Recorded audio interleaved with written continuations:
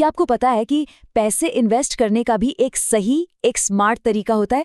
ज्यादातर लोग इसे बिल्कुल गलत तरीके से करते हैं, लेकिन आज हम बिल्कुल उसी सही रास्ते पर बात करेंगे जो सच में फाइनेंशियल सक्सेस की गारंटी दे सकता है। चलिए इसको समझने के लिए एक बड़ी जबरदस्त एनालॉजी से शुरू करते हैं। सोचिए, एक ऐसी बाल्टी भरने की कोशिश हो रही है जिसके तले में बड़े बड़े छेद हैं। पानी डालते जाओ, निकलता जाएगा। बस बिल्कुल यही होता है जब किसी की फाइनेंशियल नींव ही कमजोर हो और वो सीधे इन्वेस्ट करने कूद पड़ता है। यही वो वजह है कि लोग आगे बढ़ ही नहीं पाते। अब जरा इस नंबर पे गौर कीजिए, 22%। ये है एवरेज क्रेडिट कार्ड की इंटरेस्ट रेट। सच कहूं तो ये हमारी वेल्थ बिल्डिंग की कहानी का असली विलन है, एक ऐसा गारंटीड लॉस जो हर कोशिश पर पानी फेर देता है। और बस यहीं से असली प्रॉब्लम शुरू होती है। इन जरूरी स्टेप्स को छोड़ देना पता है कैसा है? बिल्कुल वैसा जैसे कोई दरारों वाली नींव पर अपने सपनों का घर बना रहा हो। बाहर से तो शायद बड़ा अच्छा लगे, लेकिन वो टिकेगा नहीं, कभी नहीं। देखिए, मैसेज बिल्कुल सीधा है। जब कोई हाई इंटरेस्ट वाले कर्ज में डूबा हो तो वो एक ऐसी रेस में भाग रहा है जिसे जीतना नामुमकिन है। मतलब आप अनसर्टेन मुनाफे के पीछे भाग रहे हैं, जबकि गारंटीड नुकसान आपको लगातार पीछे खींच रहा है। तो सवाल ये है कि इस जाल से निकला कैसे जाए? इसका एक ही सॉल्यूशन है।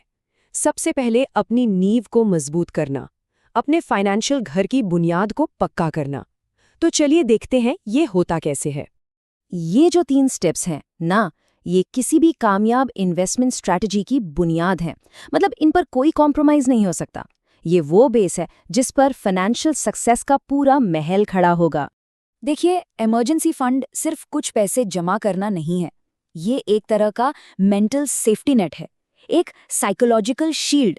यही वो चीज़ है जो मुश्किल वक्त में घबरा कर लिए गए खराब फाइनेंशियल फैसलों से बचाती है, जैसे अपने इन्वेस्टमेंट्स को लॉस में बेच देना। और अब एक हैरान कर देने वाला सच, पता है अमेरिकन्स के पास एवरेज इमरजेंसी सेविंग्स कितनी होती है?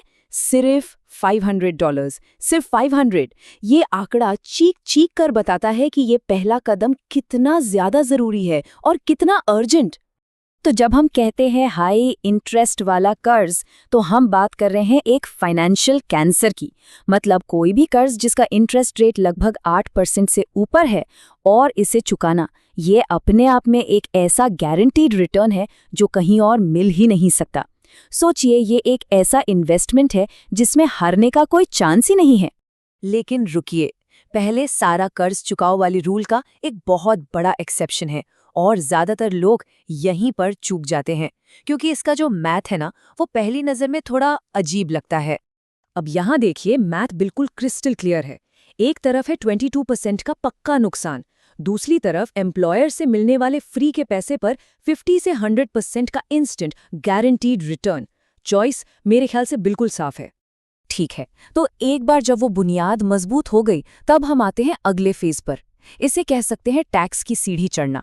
यहाँ हमारा मकसद है हर एक टैक्स सेविंग अकाउंट का पूरा फायदा उठाना। एम्प्लॉयर मैच पूरा लेने के बाद अगला पड़ाव है IRA, यानी कि इंडिविजुअल रिटायरमेंट अकाउंट। अब सवाल है क्यों?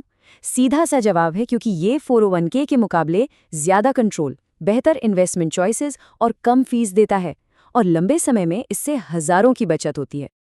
अब ट्रेडिशनल और रॉथ, इन दोनों के बीच की चॉइस एक बहुत ही सिंपल सवाल पर टिकी है। टैक्स अभी देना है या बाद में? अगर लगता है कि रिटायरमेंट के टाइम आमदनी कम होगी तो ट्रेडिशनल सही है, और अगर लगता है कि उस वक्त आमदनी ज्यादा होगी तो रॉथ बेस्ट है। और अब बात करते हैं एक ऐसे टूल की जिसके बारे में बहुत कम लोग जानते हैं, लेकिन ये जबरदस्त पावरफुल है। इसका नाम है हेल्थ सेविंग्स अकाउंट, यानी HSA। HSA को जो चीज़ सबसे खास बनाती है वो है इसका ट्रिपल टैक्स एडवांटेज। सोचिए, पैसा डालते वक्त टैक्स बचाओ, पैसा जब बढ़ रहा है तब भी टैक्स फ्री, और जब मेडिकल खर्चों के लिए निकालते हैं तब भी टैक्स फ्री। ऐसा कोई दूसरा अकाउंट है ही नहीं। इसीलिए इसे कहते हैं टैक्स सेविंग अकाउंट्स का स्विस आर्मी नाइफ। ये एनालॉजी इसकी वैल्यू को बिल्कुल परफेक्ट तरीके से बताती है। ये वर्सेटाइल है, पावरफुल है, और रिटायरमेंट में हेल्थ केयर के खर्चों से लड़ने के लिए एक सीक्रेट वेपन जैसा है। तो सही ऑर्डर क्या हुआ? पहले IRA को मैक्स आउट करो, फिर अगर HSA का ऑप्शन है तो उसे, और उसके बाद ही वापस जाकर 401k में एम्प्लॉयर मैच से ज्यादा पैसा डालना है। टैक्स बचाने का यही सबसे स्मार्ट तरीका है। तो जब सारे टैक्स सेविंग के रास्ते पूरे हो जाएं, तब हम आते हैं इन्वेस्टमेंट ऑर्डर के आखिरी पड़ाव पर, और वो है टैक्सेबल ब्रोकरेज अकाउंट। ये वो जगह है जहां ज्यादातर लोग गलती से शुरुआत कर देते हैं। टैक्सेबल अकाउंट में ना एक छुपी हुई कॉस्ट होती है जिसे कहते हैं टैक्स ड्रैग। ये बिल्कुल ऐसा है जैसे आप रेस दौड़ रहे हों और कोई पीछे से आपके जूतों में लगातार रेत भरता जा रहा हो। हर साल डिविडेंड्स पर, मुनाफे पर जो टैक्स लगता है ना, वो धीरे धीरे आपके रिटर्न को खाता रहता है। और ये स्लाइड साफ साफ दिखाती है कि टैक्स ड्रैग का असर लंबे समय में कितना बड़ा होता है।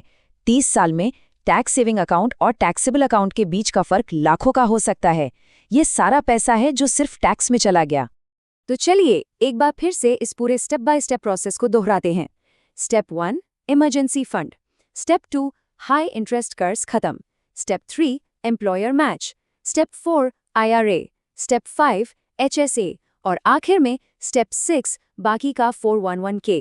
इस ऑर्डर को फॉलो करने से वेल्थ पर सबसे ज्यादा असर पड़ता है। तो आखिर में एक सवाल जो हमें हमारी शुरुआती एनालॉजी पर वापस ले जाता है, किसी का भी फाइनेंशियल घर चट्टान पर बना है या रेत पर? 1 मिनट रुककर अपने फाइनेंशियल स्ट्रैटेजी के बारे में सोचना जरूरी है। क्या उसकी नींव इतनी मजबूत है कि वो किसी भी तूफान का सामना कर सके?